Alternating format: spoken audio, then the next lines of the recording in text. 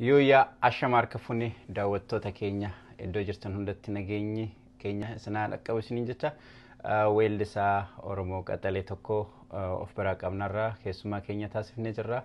Mee keessumaa keenya wajjin isin wal barsiisna hanga xumura sagantaa keenya hordofaa affeerraa keenya. Aanaa dhufuu keessumaa keenya. Baga nagaan nu eegdan isinillee waamicha kabajaa nu gochuu keessaniif. Tole mee daawwattoota keenyaan wal bari. Hayyee akkuma beekamu maqaan koo irra deddeebiidhaan himachuu taati namni hin dhuffete hin beeku. Maqaan koo Isaaq jedhama. Isaaq Zeenuun jedhama. Tole. Godina Jimmaatti dhalate. Jimmaan dhalchitee Ameerikaadhaaf gumaachite. Okay. Akkasii hayyee.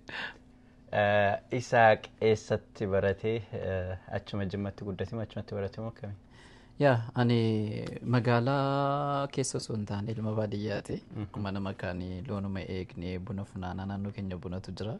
Buna funaannee guddannee achuma ganda balfa konchee bakkuma itti dhaladhetti hanga kutaa 8 achitti baradhee 9 magaalaa Geembeetti baradhee 10 11 12 Aggaarotti baradhee achi keemmoo yuunivarsiitii Jimmaa waggaa lamaan tokko baradheen jira. Muummee tiyaatiraa jechuudha. San booda egaa haalli biyya keessatti du'aa Hacaaluu Hundeessaatiin wal qabate haalli biyya keessaa rakkisaa waan ta'eef sanarraan hojii aartii keessa waan turreef sirboottan qabsoo adda addaa sirbaa gaddaa Hacaaluu Hundeessaa hojjechaa turre mormiiwwan adda addaa irratti hirmaataa turre kan irra deddeebi'aan himiira waan ta'eef kanaaf gaggabaabsaa jira. Kanumatti achi dhiitamnee Ijipti waggaa 4 keessa achi keessa ungulaalamnee immoo hireen immoo fiddee Ameerikaa magaalaa Minnesotaa fiddee akkasi. Tole meegaa kan asiitii fi kan baqaasitti deebina. Gara aartiitti gaafa dhuftu mee Isaaq akkamitti gara aartiitti makame? Gama aartiitti namoonni fakkeenya godhadhee hin qabu. Dhaggeeffataa reediyooti. Reediyoo dhumarraatu dhaggeeffadhu akkasumas immoo sirboottan aadaa yeroo fuudhaaf heerumaa namoonni hawaasni naannoo sanaa sirbu jira. Salma sana keessattuu makannoo reediyootti bilbilee dandeettii addaa kana waan sagantaa gadis Jimmaata innaan jira FM Jimmaati faanaadha. Sanarratti dorgomnee ituma hirmaannu sagaleen kan koo akka inni bareedu achirratti naaf himanii jennaan. Nu warri baadiyyaa kun egaa wanti kun hin ta'a gaafa jedhamtu fufuu malee wanti biraan jiru. Achumarraa akkasitti dhufne gara siingilii baasuutti dhufe akka naannoo keenyaatti hanga ta'e wayii yeroo sanatti keessatti barri sun xiqqoosii akka naannoo keenyaatti aartiin baay'ee yeroo kufee keessatti ture. Ol ka'ee sirboottan aadaa godina Jimmaa kanaan dura ofii kootiifis walaloo fi yeedaloo hojjedhee baasuutti eegale. Kanuma kana keessa achirraan gama muuvii hojjechuu, diraamaa, tiyaatira hojjechuu gama kanaan aartiidhuma keessatti makamee artuma walakkaatti of argee jechuudha. Isaaq Zeenuu hanga ammaa sirboota meeqa dalagee qaba? Kana yoo qubaan akka kana lakkaa'uu ta'e malee hangi isaa dhuguma naaf hanga 11 waan akka kana nan beekaa 11, 12, 13 hanga kanoo 13 ta'a. Sirbi jalqabaaf ati hawaasatti gadi hin baate mee yaadatta? Yaa ilmaan gafaa eenyuun hunda gatu mee naannoo sanatti kanumaan hin beekama. Shittaayee jedhama gaansa. Yaa miskii koo yaa urgooftuuti yaa urgooftuuti yaa suma yaanni koo halkanii fi guyyaa yaa bareeda koo urgooftuuti yaa qalloo makaallee durbee baadiyyaa narraan fagaatiin yaa miskiiti yaa kuttuu na laalii suma naa wayyaa. Sirba kanaan baay'ee beekame yeroo jalqabaatiif kanan ofii kootiif walaloo fi yeedaloo isaatti hojjedhe jechuudha. Tole mee Finfinnee yeroo teessutti muuviis hojjettee kan nama wajjin moo dhuunfaa keetti? Finfinneetti osoo hin taane muuvii Aggaaroodhumatti hojjedhe. Muuvii kana jalqabe bifa xiiqiitiin malee beekumsa isaa qabaadhee akkamitti akka barumsa isaas qabaadhee yookaan kanaan dura na biratti hojjetamee argeef osoo hin taane magaalaan nuti keessa jiru magaalaa Oromooti. Aggaaroo jedhamti. Achi keessatti muuviin adda addaan dhufa. Ijoolleen achi keessatti muuviin hojjetu. Garuu muuviin hojjetamu kun muuvii afaan Amaaraa ture. Akkamitti Oromiyaa keessa teenye godina Jimmaa keessa teenye keessatti Aggaaroo keessa teenye muuviin afaan Oromoo dhabama kan jedhuudhaan calleessineetuma hiriyoottan kan goote wajjin walitti dhufee ijoollee tikwaandoo barattu wajjin yeroo jalqabaatiif muuvii siif jecha kan jedhu ijoollee tikwaandoo barattu barsiistu kana wajjin walitti dhufnee muuvii ajaa'ibaa tokko hojjenne. Muuvii sana gaafa hojjennu sodaataa hojjenne uummata keessa nama hojjetu dhabameef malee yeroo sana namni hin barbaada ture. Booda gaafa eebbasaa namni bakki taa'u dhibame. Baay'ee guute jechuudha galmee. San booda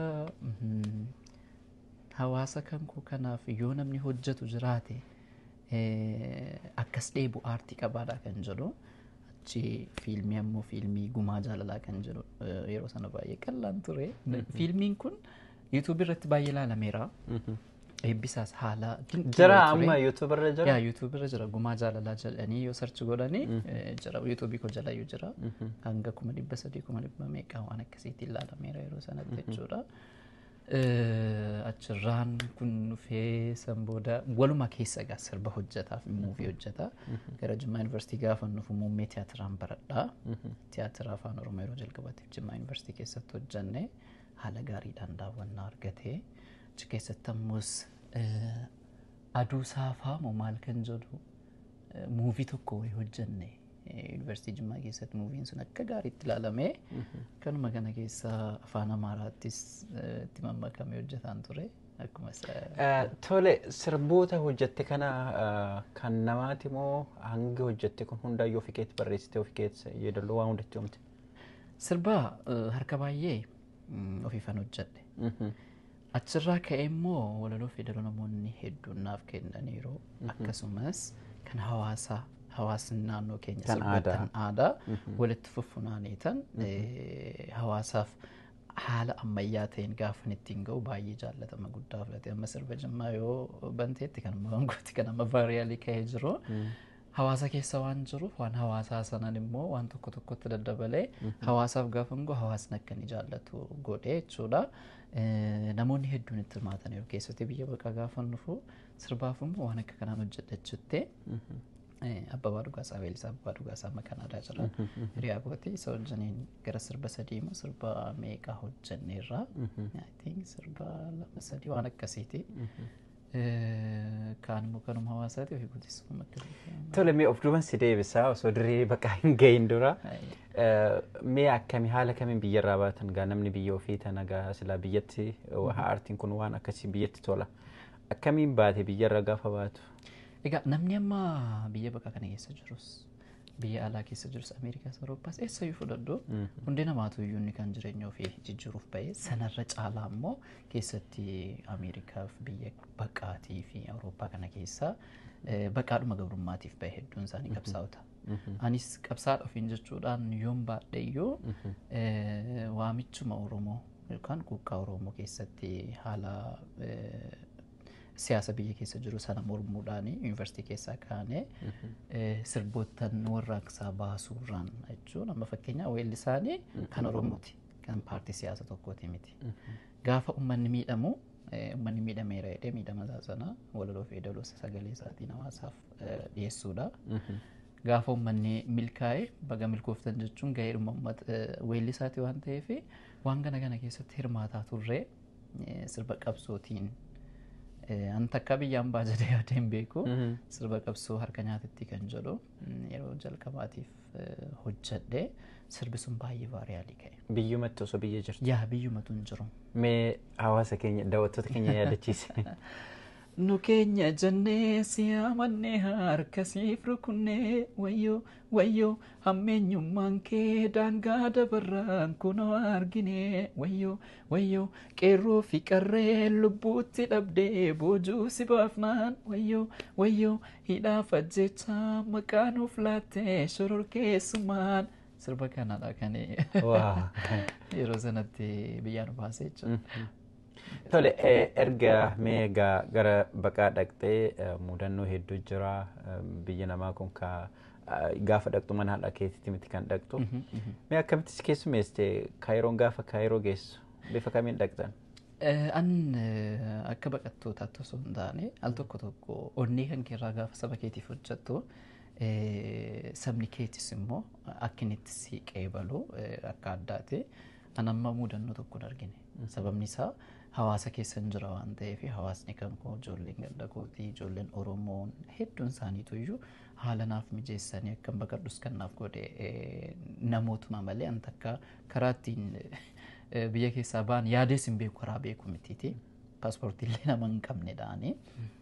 Kanaaf namootuma jaraaf jennee Oromummaa isaanii calaqqisiisuudhaaf jennee waan adda addaa ga'aa turretu iyyuu sanumatu haala mijeessee nu simate waan ta'eef mudannoo hangas keessatti kan rakkinaatiin kan baqaatiin ni ulfaata saaraa sana keessa ba'anii bakka tokkotti beelaa dheebuu dandamatanii kaan sibirraa du'aa kaan beela dadhabaa namoota hedduu wajjiniin biyyarraa kaanii dhufne waan ta'eef kun akkuma jirutti ta'ee an akka dhuunfaa kootiitti rakkinni hanga kana baay'ee na mudate jiran jedhu.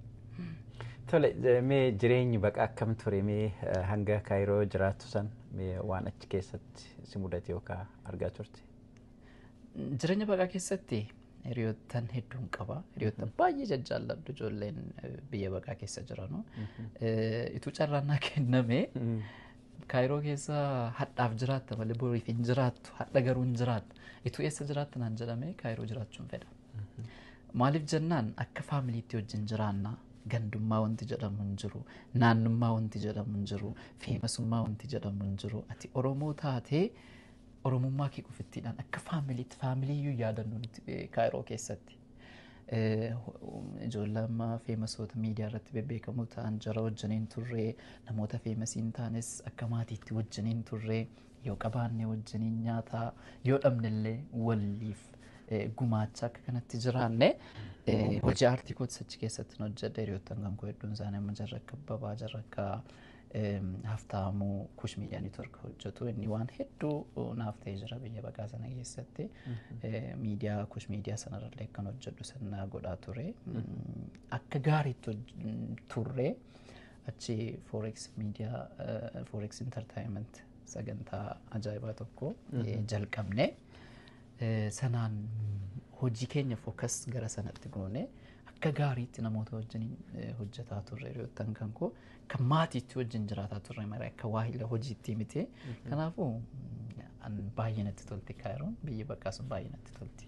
Waaw dhiyeenya kana immoo odeeffannoo addaa tokko dhageenye turre Isaaq erga Kaayiroo irraa gara Ameerikaa dhufee Kaayirootti nama jaalatu qaba erga inni as dhufee booda immoo kan addaan bahanii sababii kanatti ganna waliin turre addaan bahanii birraa kan jedhu sirba tokko gadhiise kan jedhamutu jira mee waan kanarra maal?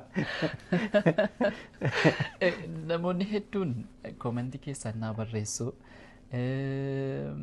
miseejii adda addaa naaf barreessu seenaan kun seenaa kee fakkaataa naan jedhu akka waanan egaa gaafa nama sooshaal miidiyaa taatu yookaan xiqqoo si maqaa qabaattu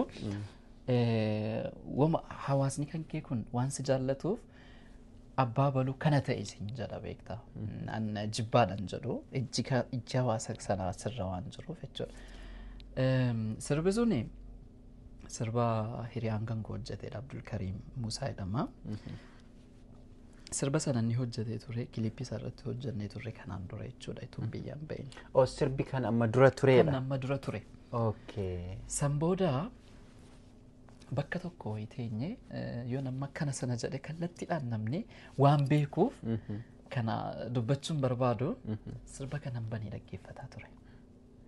Banee dhaggeeffadhee yaadaan faana badee jennaan namni kun na laalee baay'ee walitti siqannaa baay'ee wal jaallanna baay'ee jooda yeroo muuziqaa dhaggeeffadhu miira keessa galee dhaggeeffadha ergaa muuziqaa sanaan iyyee akka fiilmiitti ilaala namni sun na beeka akka inni itti na laale ituma laaluu imimmaan dhufeeniin maaliif boossaan jedheeniin waan tokko sababa malee dhaggeeffattooti naan jedhu beekta achi booda sirba kana jaallatteen jedheen baay'ee achumaan haaromsuun jedheen achumaan gurbaan hiriyaa kootii itti barreesse sirba kana haaromsuun barbaadaan jedheen achuma Ijiptitti haaromsee san booda akkuma kanatti gadhiisuu irra callisee viidiyoodhuma wayina irratti hojjedha jedhee akkuma kanatti gadhiisuu barbaadeen ture viidiyoodhuma hiriyoottan gootee maatis viidiyoo sana irratti kaameraamaanii irratti hirmaattee ta'an ta'eef akkasitti hojjenne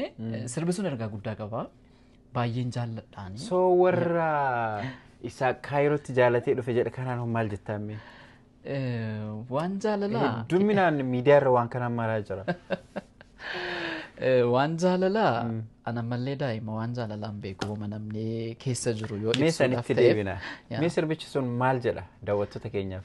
Ganna waliin baane addaan baane birraa ganna waliin baane addaan baane birraa waliin dabarsine rakkoo fi gidiraa sababni addaan baanuuf maaltu argame haara ejjeteen kokeetti erga waliin jenne. Naanganiin singanu waadaa waliif seenne situu waadaa nyaate duwidanaatti galee na dhiisee godaane gono sirraan eegne jaalalaan siif kenne naaf jijjiirte jibbaan jaalalaan siif kenne naaf jijjiirte jibbaan atis beenuu daandiin nagayaa fi balloo anis rabbiin qabaa. Tis benu dandin nagaya fi ballo anis rabbiin qabaa. Okay, Isaaq mee maatii horatee jira hangamatti? Maatii haadhaaf abbaa alhamdulillah qaba. Obboleessa bareedaa tokko obboleetti bareedu tokko qaba. Maatii qaba. Jechi kiyya kallatti erga bultii ijaarrattee jirtaa jechuu barbaadeetti gaa'ila horattee jirta. Amma aannan adii jedhutti naan garuu kan bultiitiin namoonni sooshaal miidiyaa hiriyoottan kan gootis baay'ee moodinatti qabu.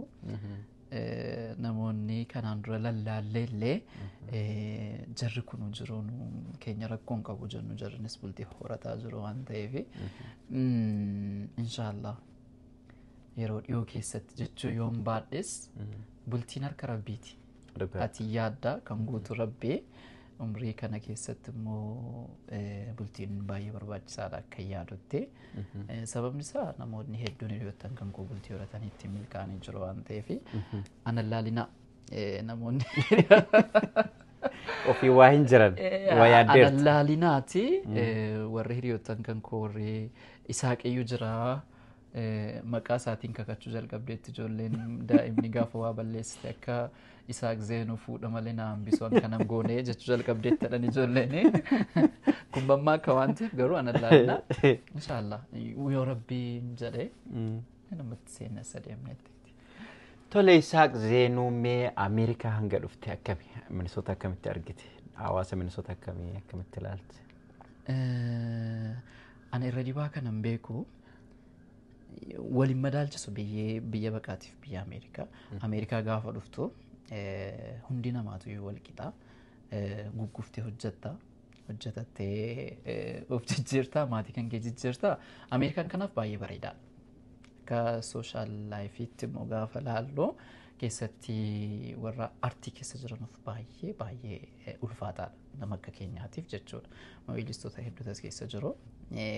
Akkuma suusii yoo ta'e alatti malee biyya kana keessatti ni ulfaata waan ta'eef garuu hojjetattee jiraachuudha barnootaaf maatii kan keellee jijjiiruudhaaf biyyi kun baay'ee bareedduudha.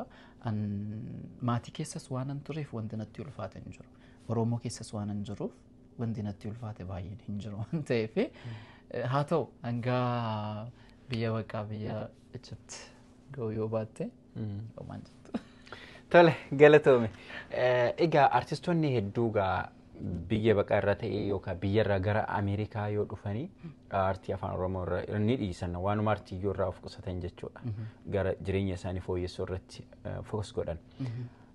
Artist Isaaq Zeenuu waan kana mee akkamitti ilaala? Waa qabattee hawaasa keenyaaf dhufaa jirta moo of duratti waan si eeguu qabantu jira moo atillee akkuma artistoota biraa ergaas dhufte gu'uuf deemta akkami dubbiin kun? Waan kana karaa cabdeen haadhootu biyya kana keessatti aartii hojjechuun baay'ee ulfaata. Baay'ee ulfaata. Daran jechuudha. tuma dandeetti qabdu tuma fedhii hojjechuu qabdu haalli yeroon wanti hundi isaatu yuusiif hin mijatu. Kanaaf amma booda hojii aartii nan hojjedhaani kan rabbiin beeku akka kootti ni ulfaata waan ta'eef yoo haalli nu mijate nan biyyatti gallee hojjechuu ta'e. Amma sadarkaati irra jirtu as kilippii kan godheen gaddaa haa ta'u dhumaaf hojjedha sirba sana waanan jaalladhuuf. Hawaasa biratti fudhatama qabaachuu dhiisuu danda'a. Maaliif jennaani ergaa isaa sana dhaggeeffadha malee akka inni hojiinan kanaan dura hojjedhe irraa baay'ee gadi bu'aa ta'e nan beeka. Baay'ee gadi bu'aadha. Kilippiin amma dheengadda hojjetame nan beeka an calliseetuma akkan hojjedhe. Haa ta'u dhumaaf jiraadhumaaf. Al tokko dhaqxee liivilii tokko irra gaafa geessu waan sana caalu yoon hojjenne keessatti aartiin afaan Oromoo amma baay'ee akka Itoophiyaatti akka gaanfa Afrikaatti guddatee jira waan ta'eef yoo dhaqxee sadarkaa sana irra gahuu hin dandeenye dhiisuu wayya. Kanaaf yoo sadarkaa sana hin geenye hangan danda'u san dandeetti kan koo sana hojjedhee mul'isuu hin dandeenye aartii keessa galee laaquun barbaadu. Amma hojjechuu danda'u hojjedheera waan ta'eef. Kanaaf amma booda aartiinan hojjedhaani biyya kana keessatti waan yaadamu natti fakkaata.